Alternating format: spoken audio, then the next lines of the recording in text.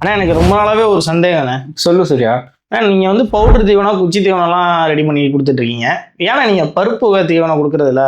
கொடுத்தா ஒரு நாளைக்கு ஒரு 400 மூடையிலேருந்து 600 மூடை வரைக்கும் விற்கலாமே. இந்த கொஸ்டின் வந்து உனக்கு மட்டும் இல்லை சூர்யா, என்னோட கஸ்டமர் நிறைய பேருக்கு இருக்கு. இதுக்கான பதில் என்னங்கிறத நான் இப்போ உனக்கு சொல்றேன். இப்போ நாங்கள் எப்படி ஒர்க் பண்றோம்னா, ஒரு சயின்ஸ்டு பேக்டு இப்போ ஒரு ப்ராப்பரான ஃபார்முலேஷன்ல ரெடி பண்ற ஃபார்முலா மட்டும்தான் நாங்கள் ரெடி பண்ணுவாங்க. நாங்கள் யூஸ் பண்ற ரா மெட்டீரியல்ஸ் வந்து 365 டேஸும் கிடைக்கிற மாதிரி ஏ கிரேட் ரா மெட்டீரியலாக சூஸ் பண்ணுவோம். அப்படி சூஸ் பண்றப்ப என்னன்னா, அந்த ரா மெட்டீரியல்ல டாக்ஸின் இருக்காது. இப்போ பருப்பு வகை தீவனமும் ஒரு நல்ல தீவனம் தான், எந்த தீவனத்தையும் நான் குறை சொல்ற ஆள் கிடையாது. ஆனா அதுல ஒரு என்ன ஒரு டிராபேக்னா, நீங்க இந்த பருப்பு வகை தீவனம் போட்டீங்கன்னா புரோட்டீன் வந்து 13-14% மேல புஷ் பண்ணவே முடியாதுங்க. ரெண்டாவது வந்து பாத்தீங்கன்னா ஃபைபர் வந்து 7-8% தான் இருக்கும். அதுல வந்து டாக்ஸின் ஜாஸ்தியா இருக்குங்க. இதுல வந்து ஒரு தெளிவா ஒரு விஷயம் புரிஞ்சுக்கிறதுக்கு என்னன்னா, மனிதர் உட்கொள்றதுக்கு ஏற்புடையது அல்ல அப்படிங்கிற ஒரு பருப்பை தான் உடைச்சி வந்து இதுக்கு அனுப்புறாங்க. ஏன் மனுஷங்களுக்கு யூஸ் பண்ணக்கூடாத பருப்பு வருதுன்னா அதுல ஒரு டாக்ஸின் இருக்கா அப்படிங்கிற ரீசன்னால தான் இது பண்றாங்க. அதை வாங்கி கொஞ்சம் லாப நோக்கத்துல வந்து இந்த தீவனமா மிக்ஸ் பண்ணி விற்கிறாங்க. நாங்க அதை செய்ய மாட்டோம். எங்களுக்கான எத்திக்ஸை நாங்க ஸ்ட்ரிக்டா ஃபாலோ பண்றோம்.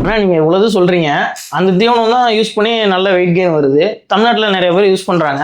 அப்படி ஏன்னா நீங்க அந்த தீவனத்தை குறை சொல்றீங்க? அதாவது சூர்யா, நான் இது வந்து ஒரு குறையா சொல்ல வரல சூர்யா. அந்த தீவனம் நல்லா இருக்கிற வரைக்கும் ஒரு நல்ல தீவனம் தான் சூர்யா. இப்ப ஒரு ஆட்டு தீவனம்னு எடுத்துக்கிட்டீங்கன்னா உனக்கு வந்து ஒரு 2800 கிலோகேல் எனர்ஜியும் ஒரு 16% புரோட்டீனும் ஒரு 10 to 14% ஃபைபரும் தேவைப்படும். நீ இந்த பொட்டு தீவனத்துல இதை கொண்டு வர முடியுமான்னு கேட்டீங்கன்னா 90% முடியாதுன்னு தான் சூர்யா சொல்லுவேன். என்ன காரணம்னா, பொட்டு தீவனத்தை பொறுத்தவரை ஒரு 13-14% மேல புரோட்டீன் கொண்டு வர முடியாது. உன்னால வந்து ஒரு 7-8% மேலேயே ஃபைபர் கொண்டு வர முடியாது சூர்யா. அது வந்து உனக்கு நிறைய சிக்கல்களை தரும். அதுக்கு வந்து நீ கொஞ்சம் உலர் தீவனம் ஜாஸ்தி கொடுக்குற மாதிரி இருக்கும். அதே மாதிரி இதுல மைக்ரோ மினரல்ஸ், மேக்ரோ மினரல்ஸ்லாம் ஆட் பண்றாங்களான்னு கேட்டீங்கன்னா அது ஒரு பெரிய கொஸ்டின் தான். அதனால நீங்க யாருக்கிட்ட தீவனம் வாங்குறீங்களோ அவங்கள்ட்ட வந்து மைக்ரோ மினரல்ஸ், மேக்ரோ மினரல்ஸ் எல்லாம் ஆட் பண்றீங்களா, நீங்க தீவனத்துக்கான டெஸ்ட் ரிப்போர்ட் இருக்கா அப்படிங்கிறது கேள்வி கேட்டு வாங்க ஆரம்பிங்க. இந்த மார்க்கெட்டே கண்டிப்பா நல்லபடியா மாறும். அன்னைக்கு ஒரு வீடியோல நீங்க லீன் மீட் பத்தி சொல்லியிருந்தீங்க. 2 நாளைக்கு முன்னாடி ஒரு வீடியோ பார்த்தேன், அவங்களும் லீன் மீட் பத்தி சொல்லியிருந்தாங்க. லீன் மீட்னா என்ன, அது எல்லாராலையும் கொண்டு வந்துட முடியுமா?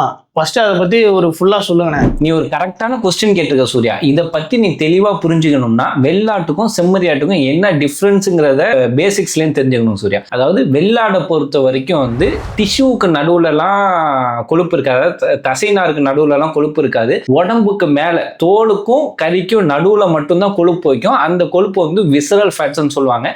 செம்மறியாட்டை பொறுத்த வரைக்கும் 2 டைப்பா கொழுப்பு வைக்கும். ஒன்று வந்து தோலுக்கும் சதைக்கும் நடுவுல உள்ள கொழுப்பு ஒன்று. அதாவது அந்த கொழுப்பை நீங்க எப்போ பார்க்கலாம்னா, ஆடை உரிக்கிறப்ப வந்து உடம்பு ஃபுல்லா கொழுப்பு படிஞ்சிருக்கும்ல, அதுதான் அந்த கொழுப்பு.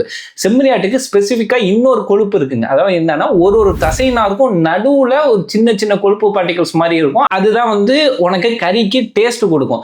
இப்ப பிஆர் ஃபீட்ஸ்ல வந்து என்ன பண்றோம்னா, லீன் மீட்னு ஒரு கான்செப்டை கொண்டு வரும். அந்த லீன் மீட் கான்செப்ட்ல வந்து என்னன்னா, தேவையில்லாத விசரல் ஃபேட்ஸ், அந்த உடம்புக்கு மேல படிகிற கொழுப்பு எல்லாத்தையும் கரைச்சி அந்த டிஷ்யூக்குள்ள கொண்டு வர கொழுப்பை மட்டும் இன்க்ரீஸ் பண்ணி ஒரு டேஸ்டியரான ஸ்பஞ்சியான கறியை கொடுக்கறது தான் லீன் மீட்டோட ஃபார்முலாவோட இதுங்க. அந்த லீன் மீட்டை கொண்டு வரதுக்கு ஒரு மிஸ்டிக்கல் காம்பனன்ட்ஸ்லாம் நம்ம கொஞ்சம் ஃபீல்ட்ல ஆட் பண்ணணும் சூர்யா. அது வந்து எல்லாராலையும் கொண்டு வர முடியாது. அது மட்டும் இல்லாம இன்னும் உங்களுக்கு புரியுற மாதிரி சொல்லணும்னா, லீன் மீட்டுங்கிறது ஜிம் பாடி மாதிரி, நார்மல் மீட்டுங்கிறது ஒரு சாதாரணமா தழுக்கு முழுக்குன்னு இருக்கவங்க மாதிரி. அதாவது நம்ம ஆட்டை உரிச்சோம்னா மேல உள்ள கொழுப்பு கம்மியாகவும் கறிக்கு உள்ள கொழுப்பு ஜாஸ்தியாகவும் இருந்துச்சுன்னா அதாங்க லீன் மீட்டு. லீன் மீட்டை கொண்டு வரணும்னா அதுக்கு வந்து அது ஃபார்முலேஷன்ல ரொம்ப கேர்ஃபுல்லா இருக்கணும். அதாவது எவ்வளவு எனர்ஜி கொடுக்கணும், எவ்வளவு புரோட்டீன் கொடுக்கணும், எவ்வளவு ஃபேட் கொடுக்கணும், எவ்வளவு ஃபைபர் கொடுக்கணும், அந்த ஃபேட் எனர்ஜி எல்லாத்தையும் எப்படி ஃபேட்டா செடிமெண்ட் ஆக விடாம எப்படி மசாலா மாத்தணும் அப்படிங்கிறது அது வந்து ஒரு மிகப்பெரிய சயின்ஸ் சூர்யா. அது வந்து ஒரு டாப் நியூட்ரிஷனலிஸ்டால தான் பண்ண முடியுமே தவிர